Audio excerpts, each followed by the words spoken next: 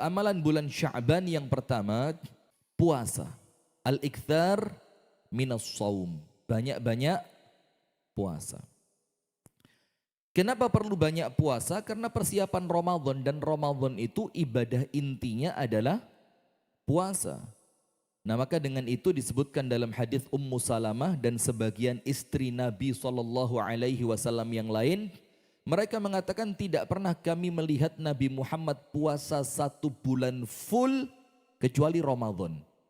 Jadi tidak ada puasa 1 bulan penuh kecuali Ramadan. Maka dalam fikih Hambali, orang itu kalau puasa 1 bulan penuh selain Ramadan hukumnya bukan haram, makruh.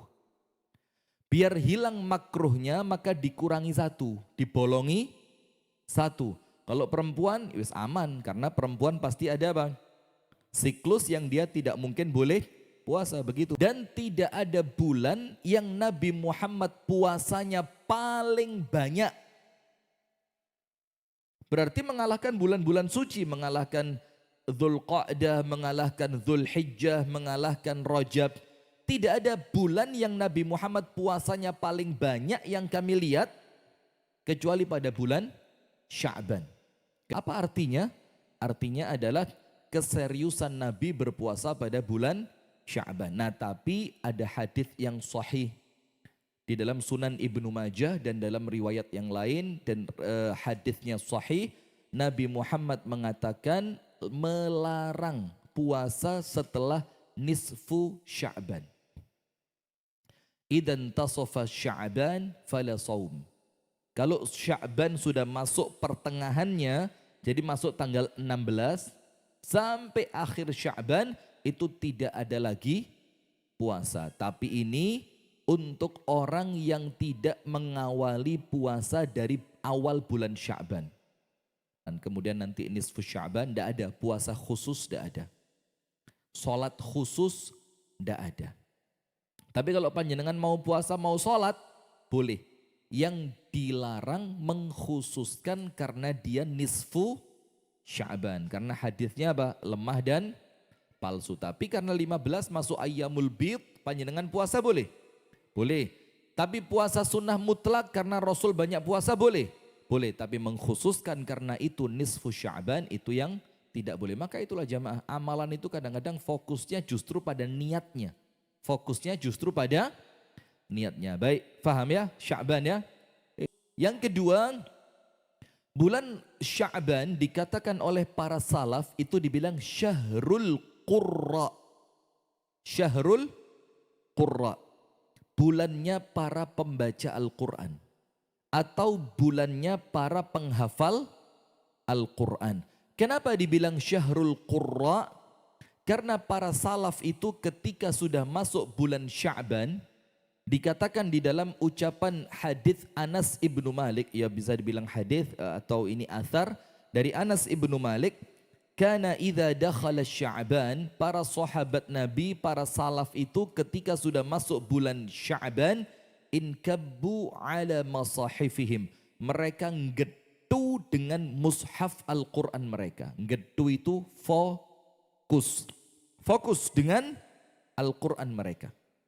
Sampai tidak jarang di antara mereka itu rela nutup toko untuk bisa fokus dengan Al-Quran. Itu amalan kedua. Jadi Qurannya dibaca seriusan mulai sekarang ini. Yang ketiga, ini di dalam lanjutan ucapan athar Anas bin Malik tadi.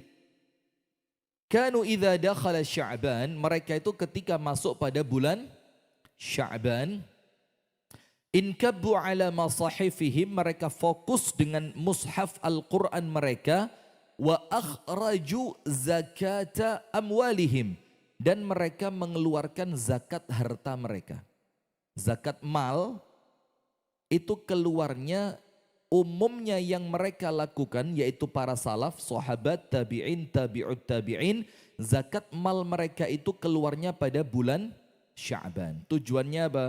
Supaya fuqara wal masakin ketika masuk bulan Ramadan mereka sudah punya persiapan di rumah mereka. Beras siap, lauknya sudah siap. Nah, itulah kata Anas bin Malik, Maka para salaf itu zakat mal mereka tidak egois, tidak dikeluarkan hanya pada bulan Ramadan. Misalkan Ustadz, tapi haulnya zakat saya, hitungan tahun untuk zakat saya Ustadz, itu ketemu setahunnya itu Ramadan. Boleh tidak dimajuin? Dengan sangat boleh. Yang tidak boleh itu dimundurkan. Yang tidak boleh apa? Dimundurkan. Tapi kalau dimajukan, boleh, bagus. Kasih bingkisan jelang Ramadan. Nah, ini maka teman-teman yang Allah kasih kelebihan harta, Allah muliakan dengan harta yang lebih. Terakhir, ngapii ati, ngeresii ati. Tazkiyah, tathir, tazkiyah. Kenapa? Dari hadis Muadz ibnu Jabal, ini tentang nisfu Sya'ban.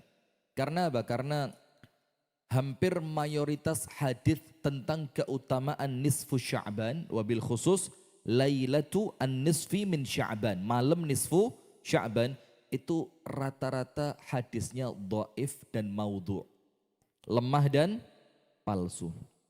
Tapi ada satu hadis yang kuat.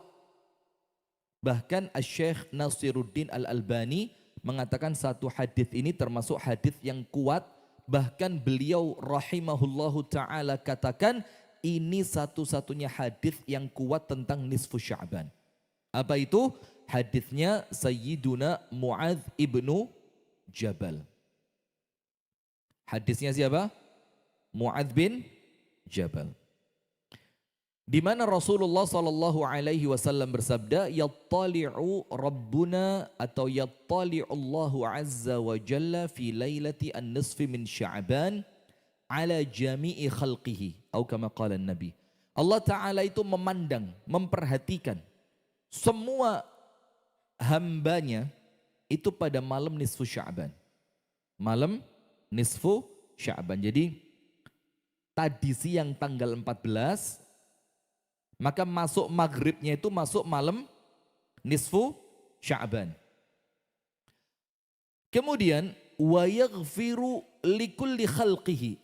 Kemudian ketika Allah perhatikan semua makhluknya, semua hambanya tadi, maka Allah ampuni semua dosa mereka. Itu untuk siapa? Orang yang menghidupkan malam nisfu Sya'ban. Dan menghidupkan itu ya bukan dengan amalan-amalan khusus karena tidak ada. Tapi yang menghidupkannya dengan ibadah secara umum. Apa amalannya malam? Ya boleh tahajud, boleh doa, boleh zikir, boleh baca Al-Quran. Maka Allah ampuni semua dosa mereka. Tujuannya apa? Supaya nanti Ramadan ibadahnya ringan. Karena apa? Hatinya sudah bersih dari dosa. Yang tidak diampuni oleh Allah ada dua. Illa li musyrikin wali musyahinin. Ada dua orang yang malam itu tidak mendapatkan ampunan dari Allah. Nomor satu, orang yang melakukan dosa syirik. Maka ibu-ibu, bapak-bapak, tobat kalau pernah. Diingat-ingatlah, mungkin pernah melakukan amalia apa yang itu masuk dalam kesyirikan. Dia mungkin datang ke dukun, percaya ramalan. Panjenengan pernah ketika mantu terang udan atau ngualik sabuduk. Bukan cuma ngualik, tapi ada keyakinannya itu ya. Di atasnya dikasih tutupin dok, bungkusin dok. Nggak ngerti. Loh kok pinteran saya? Nah sudah, maka apabila pernah lah yang nyerempet-nyerempet seperti itu, tidak ada salahnya tobat. Tidak ada salahnya tobat. Karena kita khawatir, mungkin menurut kita, alah gak sampai syirik. Tapi kalau ternyata oleh Allah itu dinilai amalan syirik, ya apa kalau tidak tobat? Kan rugi. Tidak ada ruginya, tobat sama Allah. Tobat kepada Allah. Nomor satu yang tidak diampuni pada malam nisfu Sya'ban siapa? Musyrik. Nomor dua, musyahin, tabadulul baghdha'i wasyahna. Orang yang ijol-ijolan kebencian dengan orang lain. Apa ijol-ijolan itu?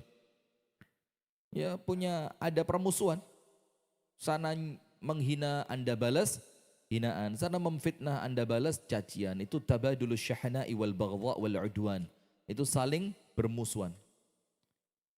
satu dengan yang lain. Maka itulah kenapa tidak ada salahnya malam nisfu Sya'ban itu ya minta maaflah kepada orang-orang yang banyak interaksi dengan kita, karena semakin banyak interaksi semakin banyak khilaf. Biasanya ya ngomong salah faham, dengerin orang ngomong kita tersinggung segala macam sampai kesimpan. Itu kalau tersimpan sampai malam nisfu Sya'ban, maka kita tidak dapat jatah ampunan. Terakhir penutup dari hadis Usamah ibnu Zaid. Dari hadisnya siapa? Usamah bin Zaid. Ketika Usamah ibnu Zaid itu melihat Rasulullah Muhammad SAW banyak puasa pada bulan Sya'ban. Kok Rasulullah puasanya serius banget pada bulan Sya'ban? Maka Usamah bin Zaid tanya kepada Nabi Muhammad, kenapa kok sampai seperti itu? Apa jawabannya Nabi Muhammad? Hadza syahrun yaghfulun nasu an, atau fi. Ini bulan yang banyak manusia lalai. Banyak manusia apa? Lalai, ngeremeh nih, sembrono, tidak diperhatikan Sya'ban itu. Dan bulan ini turfa'ul a'malu ilallahi ta'ala. Amalan manusia pada bulan Sya'ban sama Allah diangkat melalui malaikatnya. Jadi amal tahunan itu diangkat apa? Jadi ngangkatnya amal itu jamaah ada beberapa tahapan. Nomor satu, ada harian. Harian itu kapan? Siang dan malam. Dan diangkat amalan malam sebelum amalan siang. Jadi dilaporkan kepada Allah di penghujung siang dan penghujung malam. Kalau siang diangkat menjelang maghrib, kalau malam diangkat menjelang subuh. Itulah kenapa pergantian malaikat siang dan malam itu di waktu subuh. Inna Qur'anal fajri kana masyhuda. Bacaan Quran di waktu subuh itu disaksikan malaikat. Karena itu waktunya gantian shift siang dan shift malam. Itu amalan diangkat harian, siang dan malam. Yang kedua, mingguan. Setiap hari Senin dan Kamis. Yang itu juga oleh Allah diampuni, hamba-hamba Allah ini diampuni dosanya Senin dan Kamis. Yang ketiga, tahunan. Kalau tahunan diangkatnya pada bulan Sya'ban. Maka Rasulullah bersabda, wa uhibbu an yurfa'a amali wa ana shaim. Dan saya senang kalau amalku dilaporkan kepada Allah pada bulan Sya'ban, ngepasi waktu saya sedang puasa. Maka hati-hati, ini bulan diangkatnya amalan. Kemudian nanti ini